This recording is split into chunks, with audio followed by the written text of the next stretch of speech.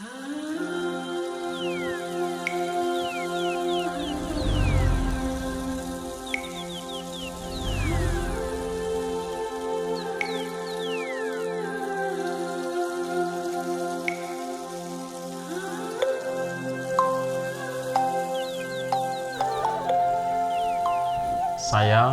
Pastor Heri Kiswanto Sitohang SWD,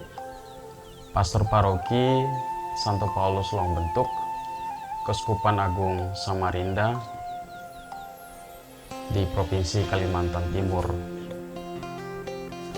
Pada saat ini, sebagian besar umat kami di pusat paroki di Desa Longbentuk yang adalah masyarakat adat Dayak Modang Longwai sedang menghadapi satu persoalan besar terkait hak-hak dan perjuangan mereka untuk memperjuangkan hak adat mereka, hak atas wilayah adat mereka yang diduga dirampas dan dikuasai oleh PT Subur Abadi Wana Agung atau PT Sawa. Perlu saya sampaikan juga bahwa masyarakat adat Dayak Modang Longwai ini adalah masyarakat lokal dan masyarakat tertua di daerah ini, yang bahkan berdasarkan literatur atau buku-buku antropologis pada tahun 1879, seorang yang bernama Carl Bock, seorang Norwegia, dalam bukunya yang berjudul The Headhunters of Borneo telah menunjukkan eksistensi entitas masyarakat adat Dayak Modang Longwai ini. Nah, saat ini mereka sedang berhadapan dengan persoalan pencaplokan wilayah adat mereka yang sudah dipertahankan oleh mereka sejak berabad-abad, ya, di mana wilayah ini juga dulu didapat oleh nenek moyang mereka bukan dengan cara yang mudah tetapi penuh perjuangan untuk mempertahankan wilayah ini dari orang-orang, bahkan dengan cara tradisional dan primitif yang pernah ada dengan ngayau dulu untuk bisa kemudian wilayah ini menjadi hak mereka dan mereka jaga. Lalu dengan adanya ekspansi perusahaan perkebunan, khususnya perkebunan kelapa sawit yang dimulai pada tahun 2006, masyarakat desa ini sudah mengatakan dan menegaskan posisi mereka untuk tetap mempertahankan dan menjaga serta melestarikan wilayah adat mereka yang termasuk di dalamnya adalah hutan, di mana hutan ini bagi mereka adalah juga menjadi sumber kehidupan sebagai personifikasi dari ibu yang memberikan segala sesuatu yang menjadi kebutuhan hidup mereka. Di dalam hutan mereka bisa mendapatkan kebutuhan hidup mereka. Lalu terkait wilayah ini juga, adanya desa-desa lain di Kecamatan Gusang, Kabupaten Kutai Timur ini, mereka antar desa sesungguhnya sudah pernah menyepakati dan bersepakat bersama untuk menetapkan batas-batas wilayah desa mereka, yakni pada tahun 1993. Dan sesungguhnya tidak ada persoalan terkait batas-batas desa ini, dan tidak pernah kesepakatan itu juga dicabut oleh mereka antar desa-desa yang ada. Dan Desa Longbentuk ini yang mana penduduk awalnya adalah masyarakat adat Dayak Modang Longwai ini sudah juga memberikan wilayah kepada desa-desa pemekaran yang ada di Kecamatan Gusang ini. Akan tetapi setelah kemudian masuknya perusahaan perkebunan sawit sejak 2006, posisi masyarakat adat Dayak Modang Longwai ini, di mana mereka ingin mempertahankan, menjaga, dan melestarikan wilayah adat ini, tampaknya tidak diindahkan oleh perkebunan kelapa sawit, sehingga ada usaha-usaha yang kemudian ingin merebut wilayah mereka ini. Lalu pada tahun 2008 mereka sudah menegaskan atau memproklamirkan resolusi bersama mereka untuk menolak segala usaha-usaha yang merusak hutan, dan mereka ingin menjaga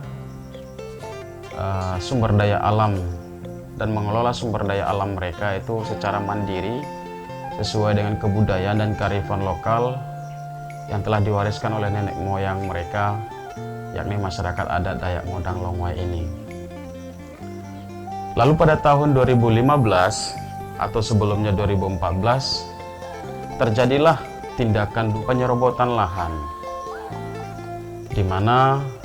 PT Subur Abadi Wana Agung yang masuk dalam Triputra Group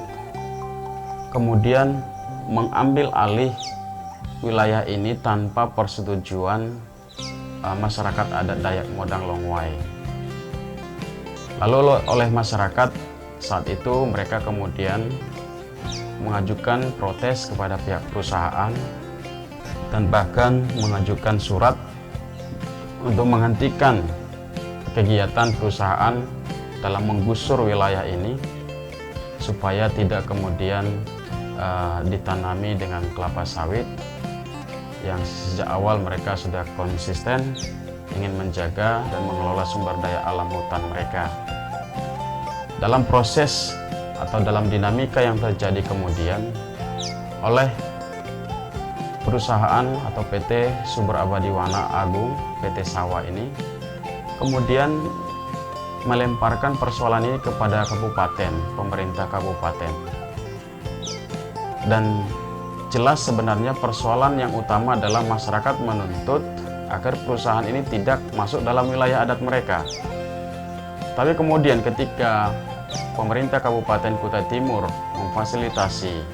persoalan ini, yang terjadi pembahasannya justru adalah lari kepada batas desa. Sementara batas desa seperti tadi yang sudah saya sampaikan, mereka sudah sepakat bersama antar desa pada tahun 93 dan tidak ada persoalan terkait itu. Ada persoalan, munculnya persoalan ini justru ketika perusahaan masuk dan lalu kemudian oleh perusahaan dilemparkan fasilitasi penyelesaiannya kepada kabupaten. Lalu pihak kabupaten kemudian lewat fasilitasi itu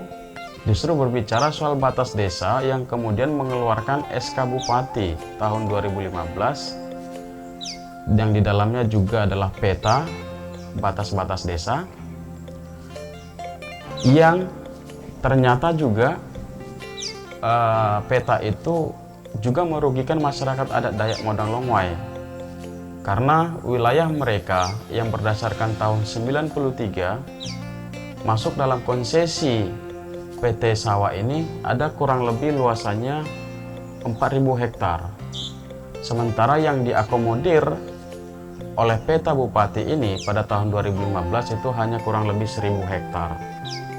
Jadi masih ada 3.000-an hektar wilayah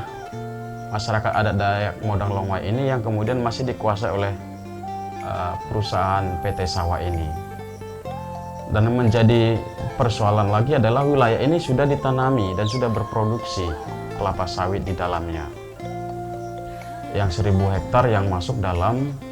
peta 2015 itu. Sementara sekali lagi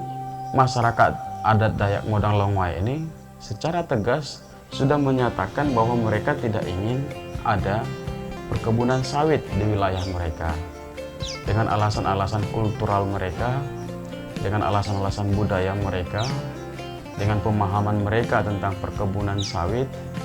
yang bagi mereka justru lebih menguntungkan kalau hutan atau wilayah adat itu mereka kelola secara mandiri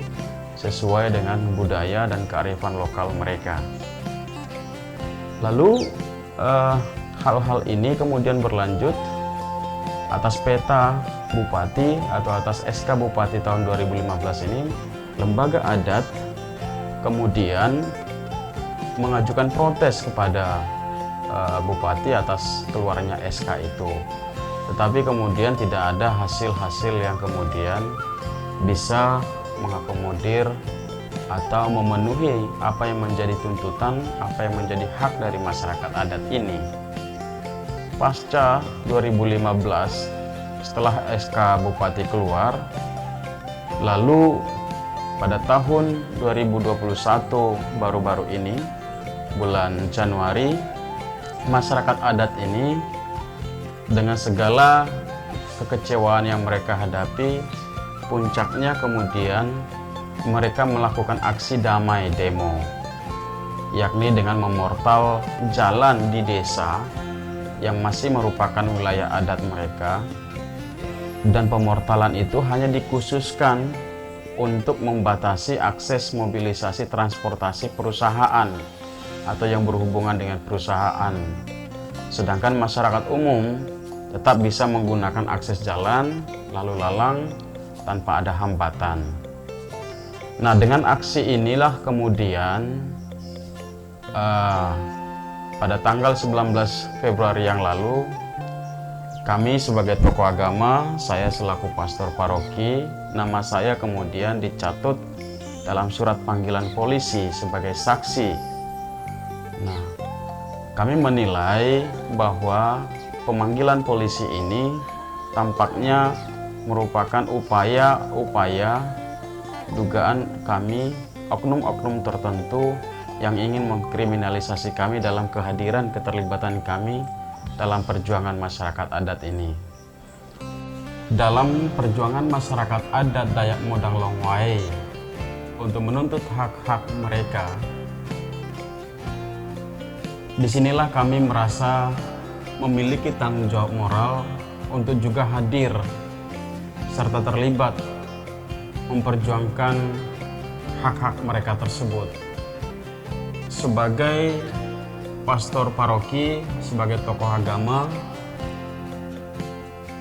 saya secara pribadi dan juga rekan-rekan saya pastor, bruder yang ada di tempat ini, merasa memiliki tanggung jawab moral bahwa kami juga tidak boleh membiarkan mereka berjuang sendirian dengan segala keterbatasan yang mereka miliki. Maka kami hadir, dan juga oleh karena mereka meminta kehadiran kami untuk membantu mereka menyuarakan suara-suara mereka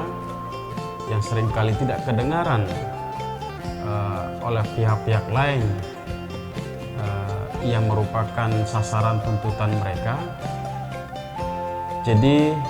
sebagai tokoh agama juga kami memiliki panggilan kenabian untuk juga ikut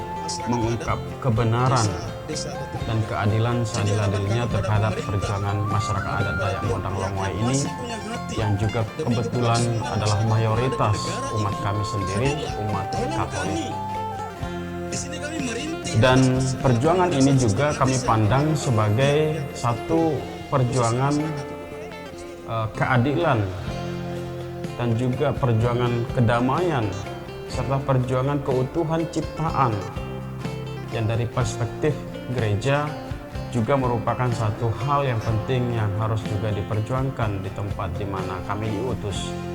yakni sisi GPIC, Justice, Peace, and Integration of Creation. Jadi inilah dasar-dasar kenapa kami terlibat, kenapa kami hadir dalam perjuangan masyarakat adat ini, karena adalah panggilan jiwa kami, panggilan kenabian, juga bagian dari tanggung jawab moral, serta empati kami terhadap masyarakat dan umat kami yang juga memiliki keterbatasan sumber daya manusia dalam memperjuangkan hak-hak mereka. Kami berharap banyak pihak-pihak lain, khususnya yang kami hormati Bapak Presiden Joko Widodo bersama jajaran Menteri Kabinet terkait, untuk juga bisa terlibat dalam proses penyelesaian ini agar apa yang menjadi hak masyarakat adat Dayak Modang Longwai ini diberikan kepada mereka. Wilayah mereka itu kemudian diserahkan, dikembalikan kepada mereka karena wilayah adat mereka ini sudah mereka jaga, mereka lestarikan berabad-abad,